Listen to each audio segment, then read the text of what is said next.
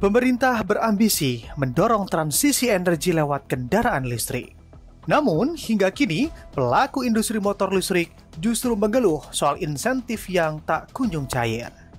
Hal ini membuat industri motor listrik nasional bergerak tertatih baik dari sisi produksi, penjualan, hingga perluasan jaringan ekosistemnya. Kondisi ini tentunya membawa dampak buruk, terutama bagi para produsen kendaraan roda 2 listrik di tanah air. Banyak masyarakat yang menunggu bantuan tersebut dicairkan demi mendapatkan motor listrik dengan harga terjangkau. Otomatis, banyak stok motor listrik milik para pabrikan yang tertahan di gudang-gudang mereka. Kondisi ini membuat bisnis mereka menjadi tersendat. Bahkan, Dewan Penasihat AS Moli Don Papang juga secara tegas menyebut lebih baik tidak ada insentif atau subsidi untuk motor listrik apabila jadinya berdampak pada timbulnya ketidakpastian yang memberikan dampak negatif pada pelaku usaha di sektor dan industri motor listrik. Oke, terima kasih. Saya akan kembali dengan statement saya yang sebelumnya yang tidak berubah, bahwa justru pemerintah itu telah kehilangan momentum motor listrik yang luar biasa.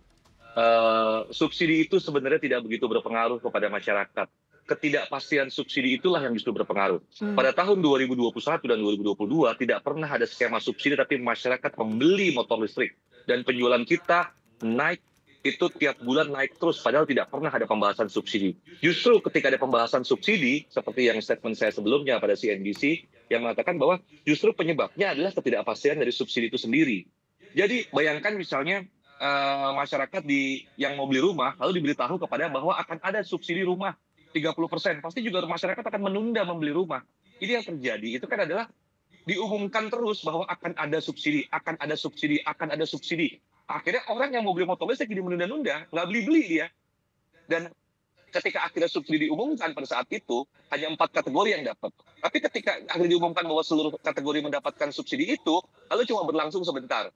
Dan sekarang masyarakat sudah mau beli lagi, tiba-tiba ada pengumuman lagi yang mengatakan bahwa akan ada subsidi loh. Ini kan sama aja dengan bilang bahwa jangan beli dulu ya, karena nanti ada subsidi. Kan sama aja begitu. Saya tetap dengan pendirian saya yang sama pada sebelumnya, bahwa saya bilang bahwa hapuskan saja subsidi itu. Kalau memang tidak ada subsidi, tapi pastikan bahwa tidak ada subsidi lagi. Dan saya mengomentari pendapat bahwa kenapa sepeda listrik lebih tinggi.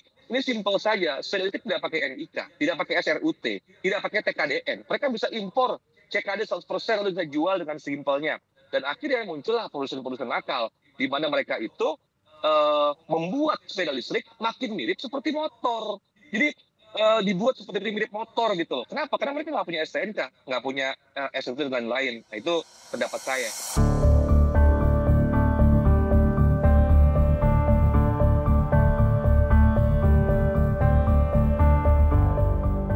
Dari sisi penjualan motor listrik, periode semester pertama disebut mengalami perlambatan.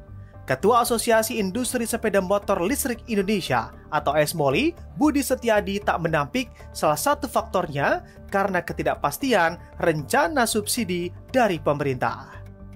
Budi mengaku penjualan motor listrik pada paruh pertama di tahun ini jumlahnya hanya berkisar belasan ribu unit dibandingkan periode sepanjang tahun 2024 lalu.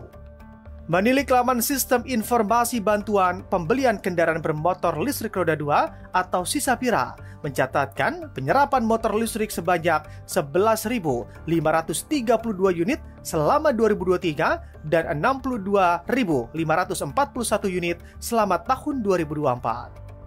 Angka distribusi yang menurun drastis tersebut membuat asosiasi memprediksi penjualan motor listrik hingga tutup tahun 2025 hanya berkisar 20 hingga 30 ribu unit. Artinya ada perbedaan cukup signifikan dibanding perolehan tahun 2024 sebesar 52 hingga 68%. Hal ini membuktikan bahwa kebijakan insentif motor listrik dari pemerintah sangat memberikan dampak kepada penjualan motor listrik tanah air. Tahun 2025 kalau kita lihat secara industri pasti drop. Kalau kita fokus ke kita sendiri mungkin oke lah, masih stabil. Karena kita karena tidak ada insentif dari pemerintah, jadi retail pasti turun. Jadi kita fokusnya ke yang lebih butuh lah, B2B kayak gitu. Jadi yang tidak terlalu tergantung dengan subsidi pemerintah. Jadi sales kita oke lah, masih stabil-stabil aja. Baik, tapi kalau dibandingkan dengan tahun lalu, sebetulnya penjualan motor listrik di tahun ini seperti apa sih? Ya, Maksudnya artinya tahun lalu sebetulnya angkanya lebih tinggi atau seperti apa? Karena kalau kita lihat kan sebetulnya beberapa tahun lalu memang ada insentif begitu ya dari pemerintah. Nah, bagaimana Anda melihat ini? Kalau saya lihat untuk secara industri motor listrik dibanding tahun lalu dengan tahun sekarang, retailnya mungkin sisa 20% lah, jadi drop 80%. Ya, jadi banyak teman-teman dari kita juga beralih ke B2B, jadi secara keseluruhan pasti drop. Tapi yang bisa beralih ke B2B, jadi mungkin secara industri drop 50%. Ya, itu total ya. Nah, kalau yang dari kita masih oke-oke lah. Kalau jadi kita fokusnya sekarang udah nggak gitu ke retail karena masih menunggu kebijakan dari pemerintah. Karena retail itu sangat tergantung oleh kebijakan pemerintah.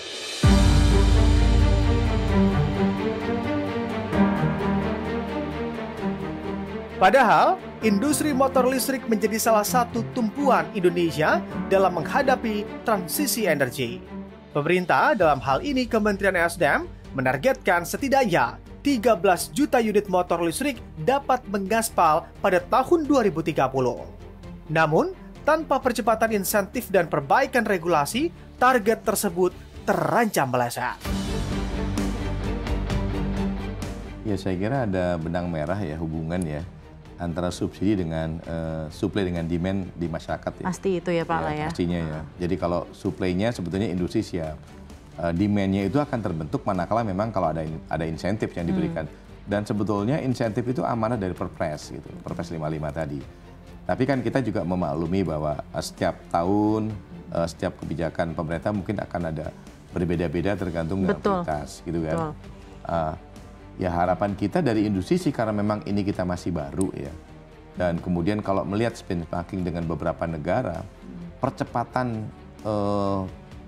kepada masyarakat untuk yang motor listrik itu juga dibantu oleh pemerintah. Seperti India, kemudian China yang sekarang kalau kita ke sana mungkin udah 90% sepeda motornya atau sepedanya itu listrik semuanya gitu. Di India juga cepat sekali. Kemudian di beberapa negara ASEAN seperti Thailand juga ada subsidi. Artinya ya kita dari industri masih berharap bahwa di tahun 2025 dan kemudian kalau bisa mungkin long time, jarak panjang, waktunya panjang itu ada kebijakan yang bisa memastikan atau membuat kenyamanan dari pihak industri untuk bisa bekerja supaya ada kenyamanan dan keyakinan dan kepercayaan bahwa kita bekerja untuk subsidi ini dengan jangka waktu yang cukup panjang.